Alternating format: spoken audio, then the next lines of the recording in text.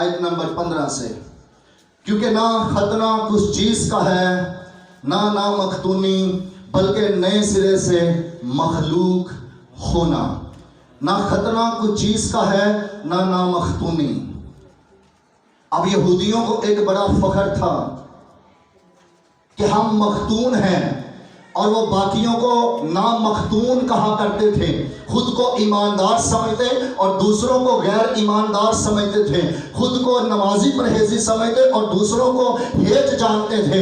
لیکن ایک ایسا یہودی جس کا نام سول ہے، وہ گملیئیل کا شاگرد تھا، اس کے قدموں میں بیٹھ کر خدا کے کلام کو سیکھا کرتا تھا، اور وہ شریعت سے واقف تھا، شریعت کا معلم تھا۔ لیکن جب وہ دمشق کی راہ پر جا رہا تھا اور شریعت کے مطابق جا رہا تھا، خدا کا بیٹا یسوع اس پر ظاہر ہو گیا، خدا کا جلال اس پر ظاہر ہو گیا، اور اس کی سوچ بدل گئی، اس کے خیالات بدل گئے۔ اور جب وہ اپنا خط لکھتا ہے، وہ کہتا ہے ختنہ کسی کام کا نہیں، نہ مختونی کسی کام کی نہیں، ہاں ایک چیز کام کی ہے، اور وہ کیا ہے؟ نئے سرے سے پیدا ہونا، مخلوق ہونا، نیا مخلوق ہونا۔ یہ سب سے بڑی بات ہے۔ اس نے کہا کیونکہ نہ ختنہ کوئی چیز کا ہے نہ مختونی۔ اب مسیحیت کے اندر کوئی جس طرح کی بھی حالت کے اندر آ جائے، خدا کا بیٹا یسوع اسے قبول کر لیتا ہے۔ کرسچینٹی کی یہی خوبی ہے، کسی بھی مذہب سے کوئی شخص تعلق رکھتا ہو، کسی بھی ثقافت سے تعلق رکھتا ہو، کوئی بھی کلچر اڈاپٹ کیے ہوئے ہے، کسی بھی کلچر میں رہتا ہے، اور اس کا کوئی بھی دین کیوں نہیں ہے، کوئی بھی ایمان کیوں نہیں ہے، کوئی بھی عقیدہ کیوں نہیں ہے، لیکن جب وہ یسوع کے پاس آ جاتا ہے، جب وہ مسیحیت کے اندر آ جاتا ہے، پھر اس کے لیے کسی طرح کا کوئی امتیاز نہیں ہوتا۔ جس طرح کے باقی مسیحی ہوتے ہیں اس طرح کا وہ بھی مسیحی ہوتا ہے، اس میں امتیاز نہیں کیا جاتا۔ بعض اوقات جب کسی کا مذہب اختیار کیا جاتا ہے تو بعض مذاہب کے اندر درجات ہیں، یہ باہر سے آیا اس کا درجہ فرق ہے، یہ اس مذہب سے آیا اس کا درجہ فرق ہے، لیکن آپ کی کرسچینٹی کے اندر، مسیحیت کے اندر، خداوند یسوع مسیح میں کوئی جہاں سے بھی آ جائے وہ سب برابر ہیں، وہ سب برابر ہیں، اور وہ سب ایک ہیں، اور ان سب کو نیا مخلوق کہا جاتا ہے، ان سب کو خدا کے بیٹے کہا جاتا ہے، ان سب کو میراث دی جاتی ہے۔ کوئی درجات نہیں ہے۔ جو کوئی کرسچینٹی کے اندر آ گیا وہ مسیح کے سبب سے مسیحی ہو گیا۔ ہلیلویا۔ نئے سرے سے پیدا ہونا۔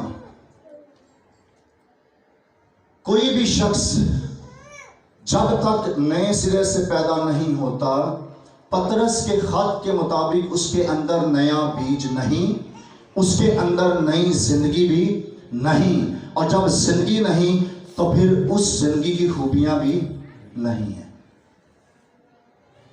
مجھے بعض دفعہ لوگ کہتے ہیں، جب میں اس طرح کی تعلیمات دیتا ہوں کہ آپ نے یسوع مسیح کی مانند بننا ہے، تو وہ کہتے ہیں ہم یسوع کی مانند بنیں گے، ہم یسوع کی مانند نہیں بن سکتے۔ تو ایسوں کے لیے میں یہ کلام کرتا ہوں، اگر کوئی مسیحی، اگر کوئی بائبل مقدس پر ایمان رکھنے والا، اگر کوئی خدا باپ کو جاننے والا یسوع کی مانند نہیں بن سکتا، تو اس کا کرسچینٹی کے اندر کوئی کام نہیں ہے۔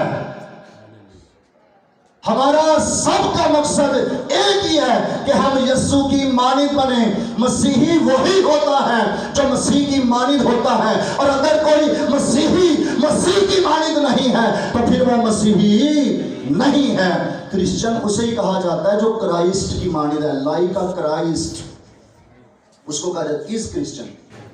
تو جو مسیح کی مانند نہیں بننا چاہتا، اس کا کرسچینٹی کے اندر کیا کام ہے؟ یہ مسیح کے کام ہیں۔ کوئی تیرے ایک گال پر تماچا مارے تو دوسرا بھی اس کی طرف پھیر دے۔ میں آپ کو سچ بتاتا ہوں، انسان کی خوبی یہ نہیں کہ وہ کسی انسان کو معاف کر سکے، یہ خدا کے بیٹے کی خوبی ہے، وہ انسانوں کو معاف کرتا ہے۔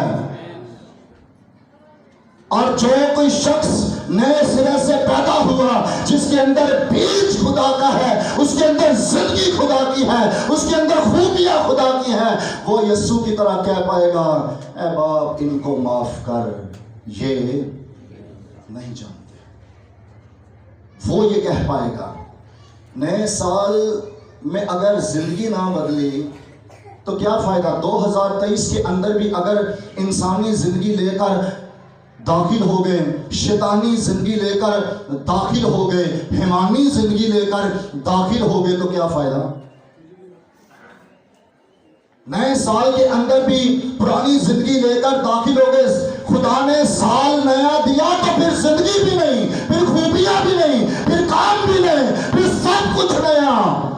اگر خدا نے زندگی نہیں دی تو اب ایک بندہ دعویٰ کرے خدا کی زندگی کا کام کرے انسانوں جیسے، دعویٰ کرے خدا کی زندگی کا کام کرے شیطانوں جیسے، تو بھائی اس کے اندر ابھی بیج آیا ہی نہیں ہے، کیونکہ ہو نہیں سکتا بیج خدا کا ہو، زندگی خدا کی ہو اور خوبیاں انسان کی ہوں، یہ ہو نہیں سکتا، کیونکہ بیج خدا کا ہے تو پھر زندگی بھی خدا کی ہے، پھر خوبیاں بھی خدا کی ہیں۔ اور یہی ٹیچنگ خدا کے بیٹے یسوع نے یہودی معلم کو دی، یہودی استاد کو دی، ایک ایسے ربی کو دی جو ویل ایجوکیٹڈ تھا اور لو کے بارے میں بہترین سمجھنے والا تھا، لیکن جب وہ یسوع کے پاس آ جاتا ہے، رات کو آتا ہے، تو خدا کا بیٹا یسوع رات کو مشورے دیکھو کیسے دیتا ہے۔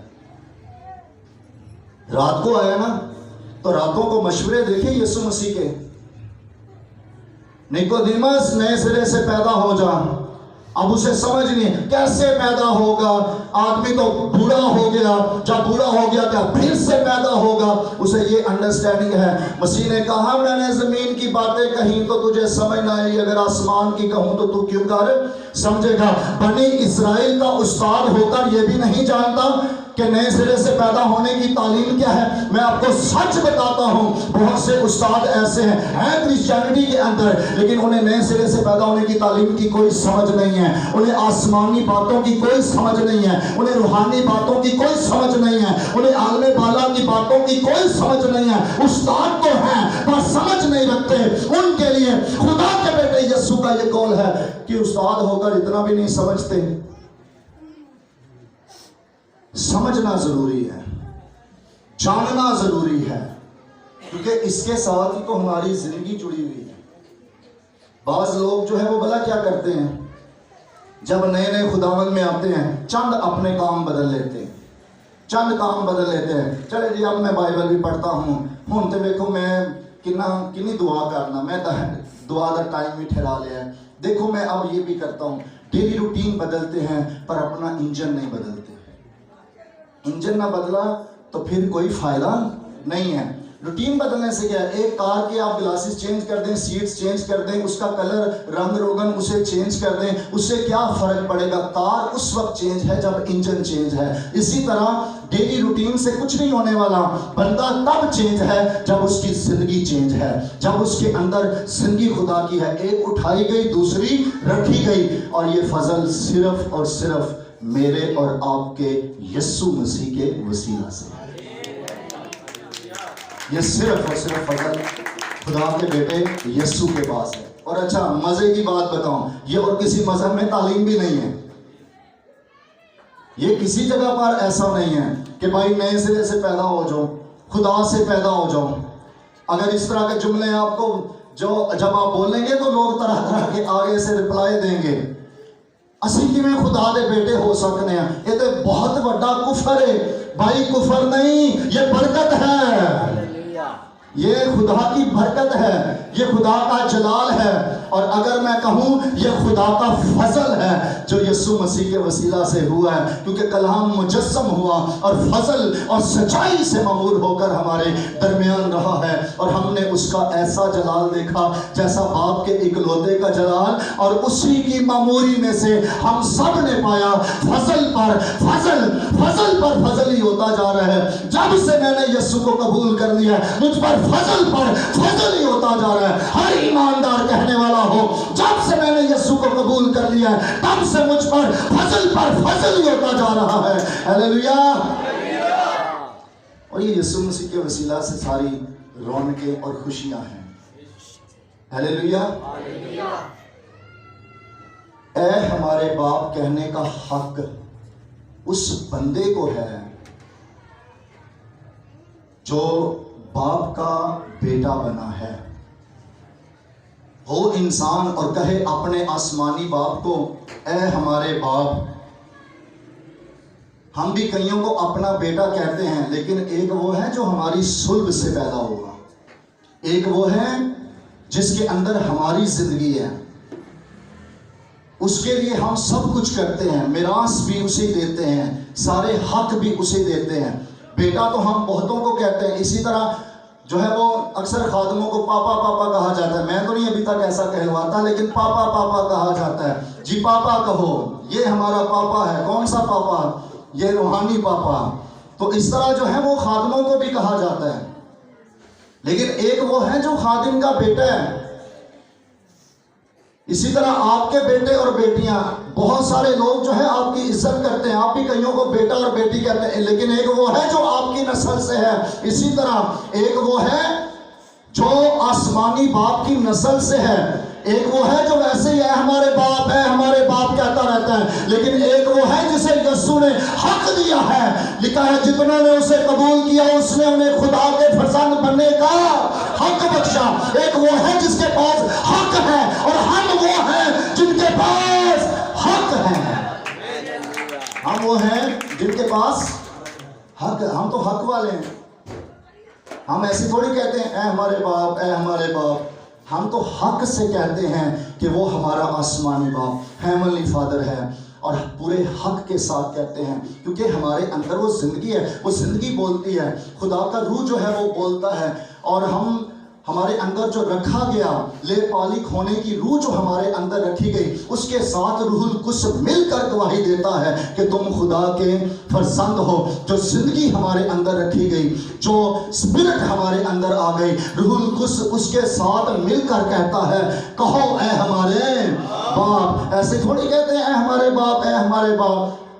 ایسے تھوڑی کہتے ہیں ہمارا باپ جلالی، ہمارا باپ خوبصورت، ہمارا باپ لشکروں کا خدا، ہمارا باپ رب الافواج. ہمارے باپ کی کروڑوں فرشتگان پرستش کرتے، ستائش کرتے. عزیزوں میں آپ کے باپ کی تعریف کر رہا ہوں. میں آپ کے باپ کی تعریف کر رہا ہوں. اگر میں نے آپ کے دنیاوی باپ کی تعریف کی ہوتی تو آپ بڑے خوش ہوتے. میں تو آپ کے آسمانی باپ کی تعریف کر رہا ہوں. آپ کے آسمانی باپ کی تعریف کر رہا ہوں.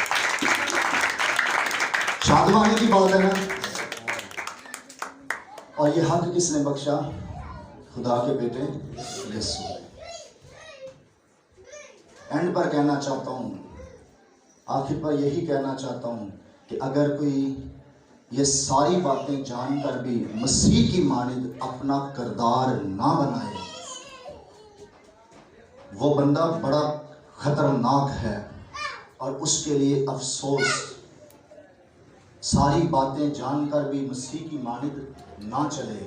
نئے سال کے اندر ہمارا سب کا ٹارگٹ ہونا چاہیے مسیح کی مانند چلیں گے. کون سی دوڑ میں دوڑنا ہے؟ مسیح کی مانند بننے کے لیے دوڑیں گے. اور ایک وقت میں پالوس کے ساتھ مل کر کہیں گے we have completed our race. ہم کہنے والے ہوں گے، اور جس طرف ہم دوڑ رہے تھے ایک وقت میں کہنے والے ہوں گے کہ ہم نے بھی اپنی دوڑ کو مکمل کر لیا ہے. اب ہم اس جگہ پر جا رہے ہیں جہاں پر مسیح موجود ہے. زمین پر اب بڑی تعریف کر لی، ایمان میں قبول کر لیا، ایمان میں دیکھا، اب جلال میں دیکھنے کی باری ہے. Hallelujah hallelujah. خداوند آپ سب کو بہت برکت دے. آئیے اپنے آپ